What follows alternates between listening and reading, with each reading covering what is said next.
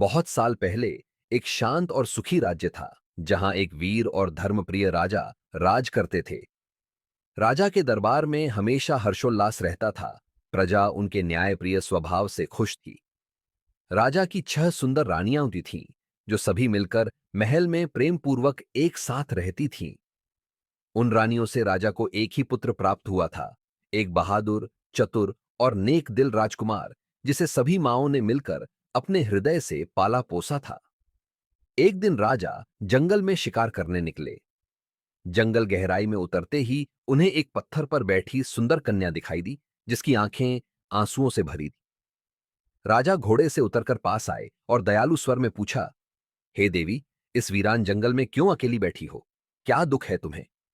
कन्या ने सिसकते हुए कहा, महाराज, इस संसार में मेरा कोई नहीं है। मैं बेसहारा हूं और जीवन में अंधकार ही अंधकार है। राजा के हृदय में करुणा उमड़ पड़ी। उन्होंने स्नेहपूर्वक उस कन्या को अपने साथ महल ले जाने का निर्णय किया। कुछ ही दिनों में राजा ने उस सुंदर कन्या से विवाह कर लिया। लेकिन राजा क्या जानते थे कि वह सुंदर कन्या वास्तव में एक भयंकर राक्षसी थी, जिसने मोहिनी रूप से राजा को अपनी चाल में फंसा लिया था। समय बीतने लगा। राजमहल में धीरे धीरे बदलाव आने लगे। हर रात कुछ न कुछ पशु रहस्यमय तरीकों से गायब होने लगे। कभी एक हाथी, कभी एक घोड़ा, कभी एक गाय।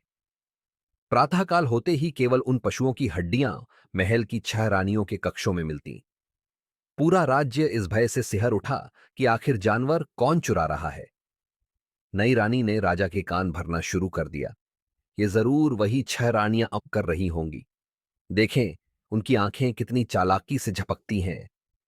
राजा को उस पर शक नहीं हुआ। हड्डियों को देखकर राजा अगबबुला हो गए।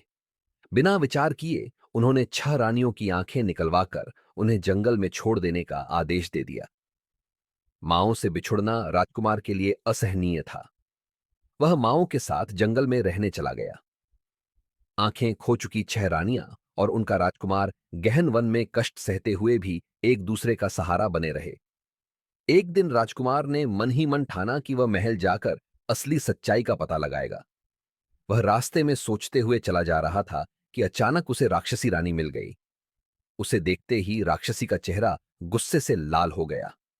वह झल्लाकर बोली, अच्छा राजकुमार, मेरे लिए एक काम करोगे? लो, ये रामधान का लावा मेरे मां बाप के घर ले जाओ।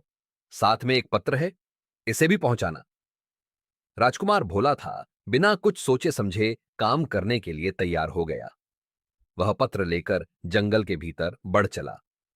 रास्ते में एक तपस्वी साधु से उसकी भेंट हुई, जो तपस्या में इतना लीन था कि उसकी दाढ़ी में घास फूस उगाई थी।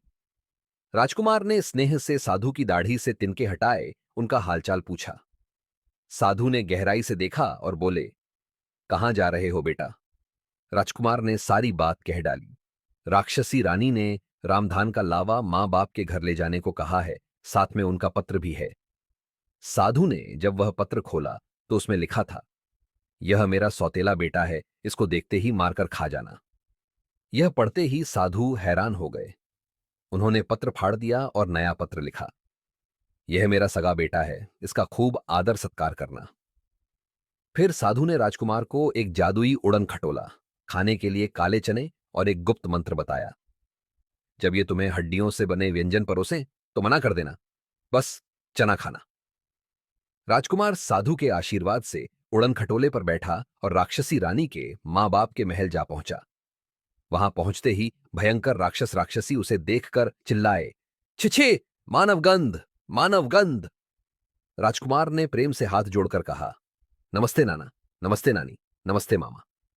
राक्षस बोले, अरे, यह तो हमारा नाती है। फिर उन्होंने प्रेम पूर्वक उसका सत्कार किया। रात्रि में भोजन पर हड्डियों से बने व्यंजन परोसे गए। राजकुमार ने साधु की बात याद रखी और कहा, नाना नानी, बस काले चने दे दीजिए। फिर रात गहराई। राक्षसी परिवार हड्डियों को चबाते हुए सो गया। राजकुमार ने धीरे से देखा कि 6 रानियों की आंखें एक डोरी से बंधी एक कोने में टंगी हुई थीं, जो चांदनी में रहस्यमय रूप से दमक रही थीं। उसी कमरे में एक सुंदर पिंजरे में एक हरा तोता भी था। अगले दिन राक्षस परिवार शिकार पर निकला। राजकुमार ने तुरंत 6 रानियों की आंखें उतारी तोते को पिंजरे समेत ले लिया और उस घर के हर उस सामान में आग लगा दी जिसमें राक्षसों के प्राण बसते थे। नाना की तलवार, नानी का झाड़ू, मामा का कांच का गिलास। आग देखते ही सारे राक्षस तड़प तड़प कर मर गए। राजकुमार उड़न खटोला पर बैठकर माओ के पास लौटा। वहां पहुंचकर गोबर से लेप लगाकर माओ की आंखें फिर से सजा दी। माओ को देखते ही दृष्टि लौट आई, उनका हृदय स्नेह से भर उठा। फिर राजकुमार उस तोते को लेकर महल लौटा। राजा को बुलवाया गया, प्रजा इकट्ठी हुई ताकि सारा सच सामने आ सके।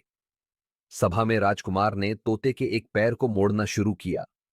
उसी क्षण राक्षसी रानी चिल्ला उठी, आ आ मेरा पैर! प्रजा ने देखा कि राक्षसी रानी तड़प रही है। राजकुमार ने तोते के पंख मरोड़े, रानी के हाथ टूट गए। तब राक्षसी अपने असली विकराल रूप में आ गई। अंत में राजकुमार ने तोते की गर्दन मरोड़ दी। उसी क्षण राक्षसी ने प्राण त्याग दिए। यह दृश्य देखकर राजा ग्लानि से भर उठे।